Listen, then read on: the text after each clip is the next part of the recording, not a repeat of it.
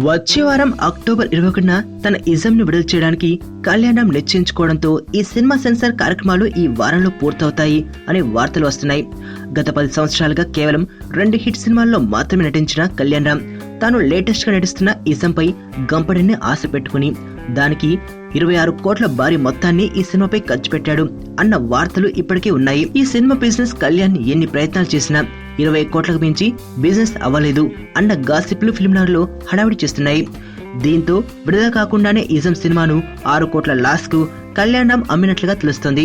దీంతో కళ్యాణ్ రామ్ భవిష్యత్తులో తాను నటించబోయే సినిమాల ఇమేజ్ కు సంబంధించి ఒక పెట్టుబడిగా మాత్రమే ఇజం మారినా ఆశ్చర్యం లేదు అన్న కామెంట్స్ వినిపిస్తున్నాయి. ప్రస్తుతం దసరా రేస్ కు వచ్చిన సూపర్ హిట్ టాక్ తెచ్చుకున్న ప్రేమం హడావిడి వచ్చే వారాంతానికి సెలబడిపోయే నేపథ్యంలో దీపావళికి ఒక వారం రోజుల ముందుగా విడుదలవుతున్న ఇజం ఏ మాత్రం పాజిటివ్ టాక్ తెచ్చుకున్నా ఒక 2 వారాల పాటు దీపావళి హడావిడి ముగిసే వరకు ఇజం హడావిడి టాలీవుడ్ లో కనిపించే ఆస్కారం ఉంది అని అంటున్నారు. ప్రస్తుతం దేశాన్ని పీడిస్తున్న లక్షలాది కోట్ల బ్లాక్ మనీ వ్యవహారానికి సంబంధించి కొంత వాస్తవికతను జోడించి పూరి స్టైల్లో అల్లబడ్డ ఇజం కథ అన్ని వర్గాల ప్రేక్షకులకు బాగా నచ్చుతుంది అన్న గంపెడు ఆశలతో కళ్యాణ్ రామ్ ఉన్నాడు.